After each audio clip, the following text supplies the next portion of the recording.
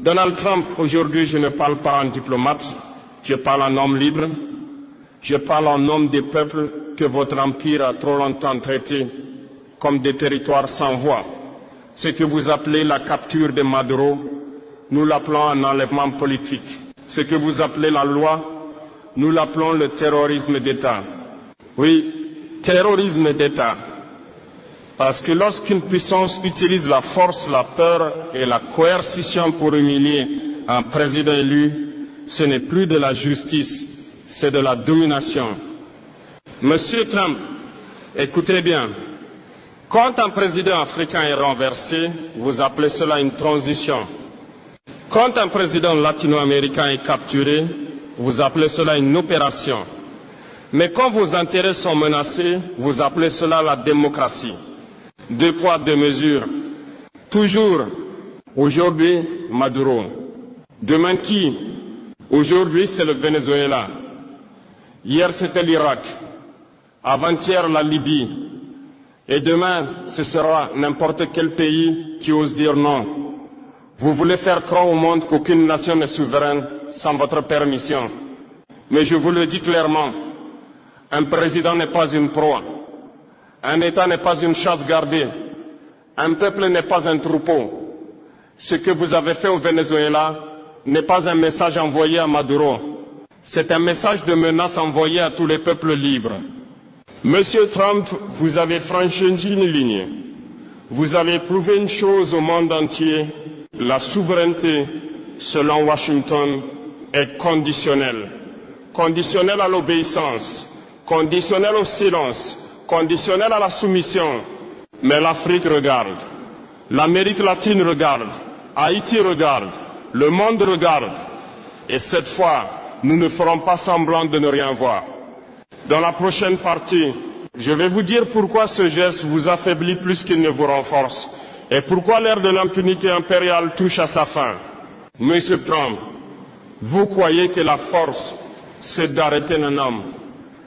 Vous croyez que la puissance, c'est d'humilier un État devant les caméras. Vous vous trompez. La vraie force, c'est d'être respecté sans menace. Et aujourd'hui, les États-Unis ne font plus peur, ils inspirent la méfiance.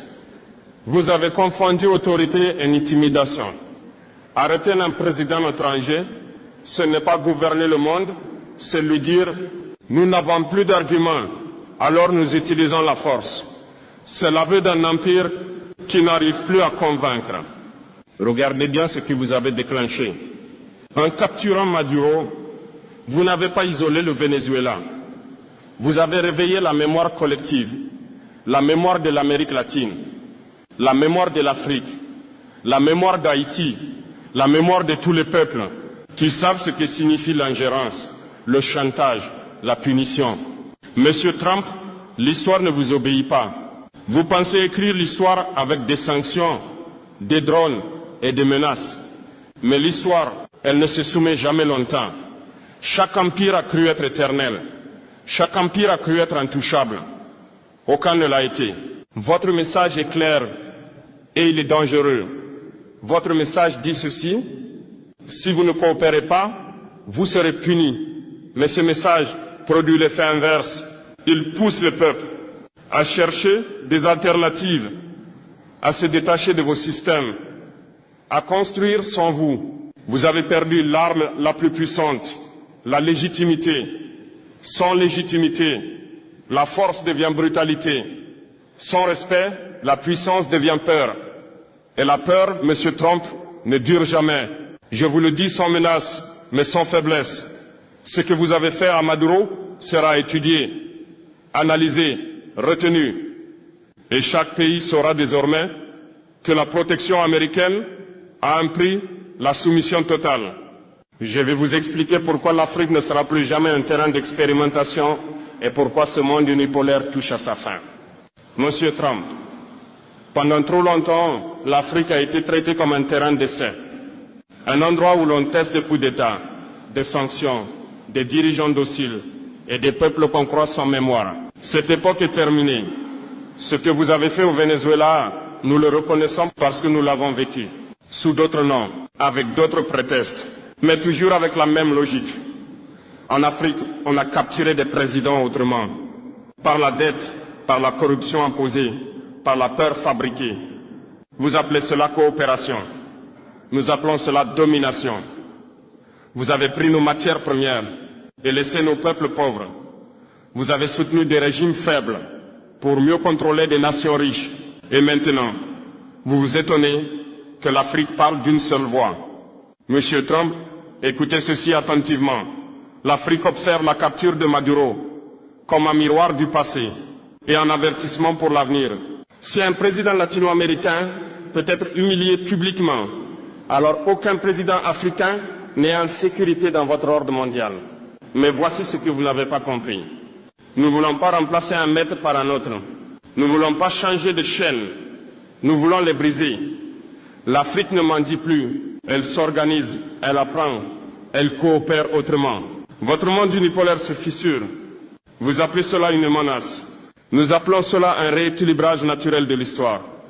Quand un système ne profite qu'à une minorité, il finit toujours par être remis en cause. Ce discours n'est pas une provocation.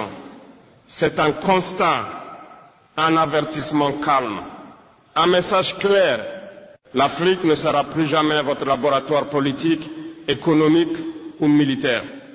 Je vais parler d'un peuple qui comprend cette réalité mieux que tous les autres. Haïti. Monsieur Trump, si vous pensez que le monde ne comprend pas ce que vous avez fait au Venezuela, alors regardez Haïti. Haïti n'a pas besoin de rapport. Haïti n'a pas besoin d'analystes. Haïti a vécu ce que vous faites.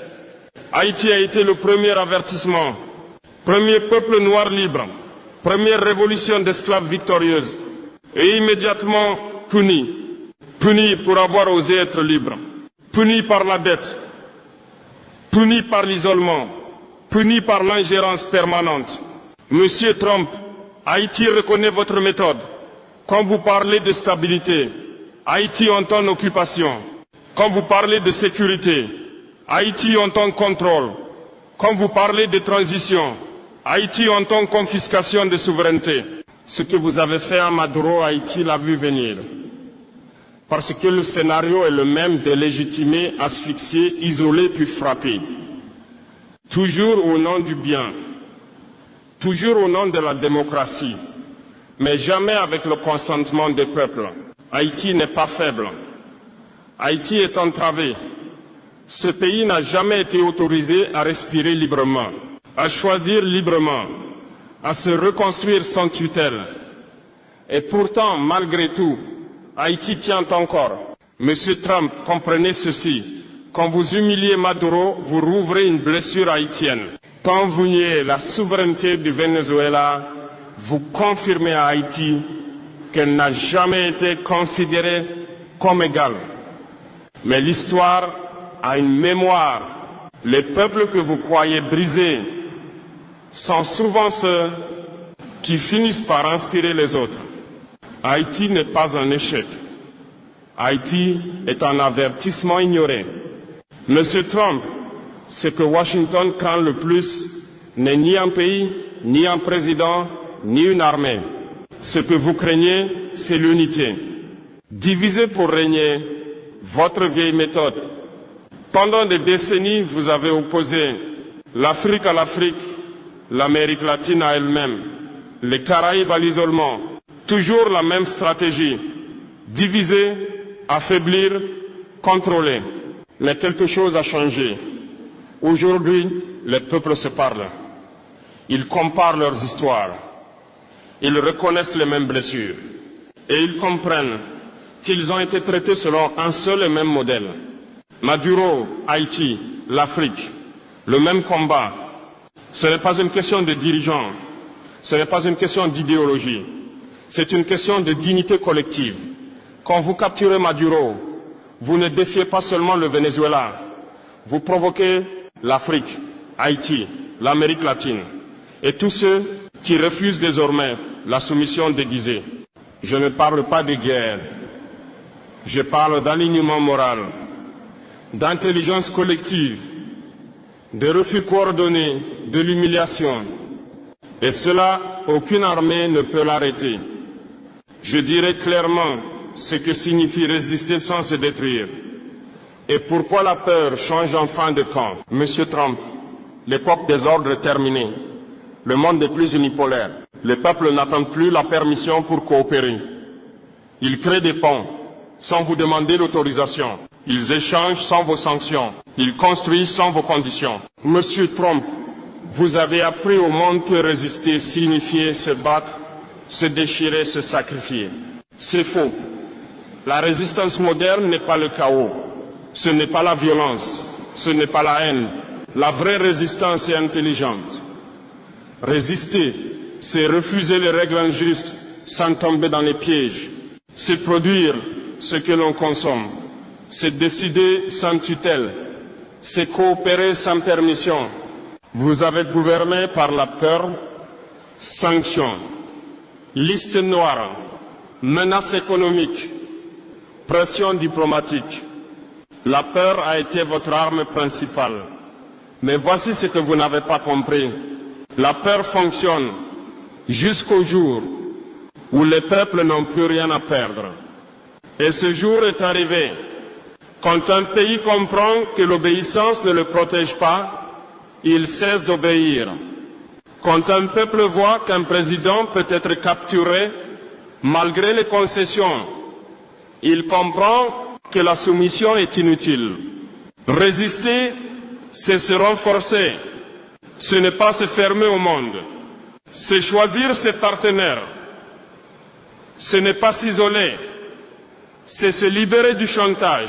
La résistance moderne est économique, culturelle, mentale.